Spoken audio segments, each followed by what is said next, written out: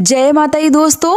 माता रानी आपकी सारी मनोकामनाएं पूर्ण करें और आप जीवन में खूब सारी तरक्की करें। इसी के साथ आज का जो वीडियो है वो मैं शुरू कर रही हूँ। दोस्तों आज के वीडियो में मैं बात करने वाली हूँ वसंत पंचमी के बारे में। जैसा कि आप सबको पता है साल 2024 में 14 फरवरी को वसंत पंचमी व्रत जो है वो पूरी विधिवत तरीके से किया जाएगा। ऐसे में बहुत सारी ऐसी माताएं हैं जिनको इस समय पीरियड्स जो है वो गुजरना पड़ सकता है। बहुत सारे प्रश्न जो है वो मुझे मिलते रहते हैं, उसमें से बहुत सारी चीज़ें जो है वो माताएं बहनें पूछती हैं कि पीरियड्स के दौरान जैसे मीठे चावल कहीं कहीं बनने का विधान है। जैसे मैंने अपनी जो वसंत पंचमी की पूजा विधि है उसमें दिखाई है, तो मेरे यहाँ कोई पीले चावल बनने का रिवाज नहीं है। हमारे यहाँ बूंदी का प्रसाद जो है वो चढ़ाया जाता है। बहुत सारी ऐसी माताएं बहनें जिनके यहाँ पीले चावल बनाने का रिवाज जो है वो बताया गया है।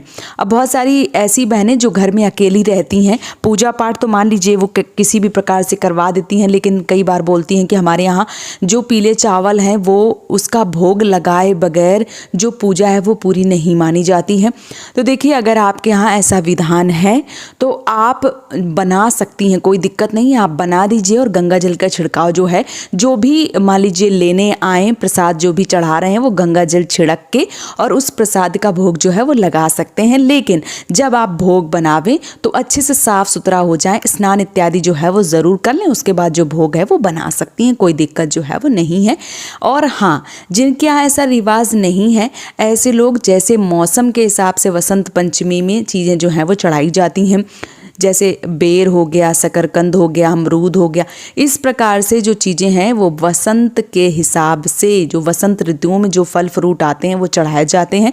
तो अगर आपके यहाँ ऐसा विधान नहीं है तो आप फल जो है वो चढ़ा के भी पूजा कर सकते हैं। लेकिन अगर आपके यहाँ बनाने का विधान है तो आप स्नान जो है वो करके भोग प्रसाद बना दीजिए और जो भी पूजा कर रहे हैं वो गंगा जल का छिड़काव करके भोग जो है वो लगा सकते हैं। इसमें कोई दिक्कत परेशानी जो है वो नहीं है।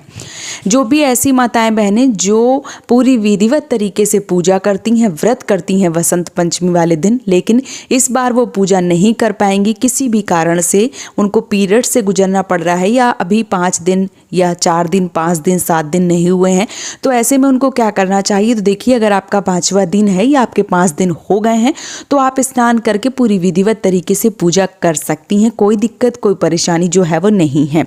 लेकिन अगर आप दूसरा दिन है, पहला दिन है या तीसरा दिन है और आप पूजा नहीं कर पा रहे हैं तो आपको परेशान होने की ज़रूरत नहीं है। अगर आप इस दिन व्रत करती चली आ रही हैं तो आप पूरी विधिवत तरीके से व्रत कर सकती, साथ ही साथ मानस पूजा कर सकती हैं। आपको भगवान को, जो माँ सरस्वती हैं, उनको स्पर्श नहीं करना है, मानस पूजा जो है वो करनी है। हाँ, आप अपने घर के जो भी बड़े बुजुर्ग हैं या घर में कोई नहीं है, आप पति पत्नी रहते हैं, तो आप अपने पति से पूजा करवा सकती हैं। अगर आपके घर में बच्चे हैं तो बच्चों से पूजा करवा सकती हैं। जैसे कि मैंने बता दिया कि जो भी बाहर से प्रसाद मंगवा लीजिए। अगर आपके यहाँ ऐसा विधान नहीं है तो आप बाहर से भी भोग प्रसाद सामग्री जो भी है वो मंगवा के अपने बच्चों से भी चढ़वा सकती हैं, अपने पति से भी चढ़वा सकती हैं, या कोई अगल बगल पड़ोसी हैं उनसे भी चढ़वा सकती हैं। इसमें कोई दिक्कत और कोई परेशानी जो है वो नहीं है।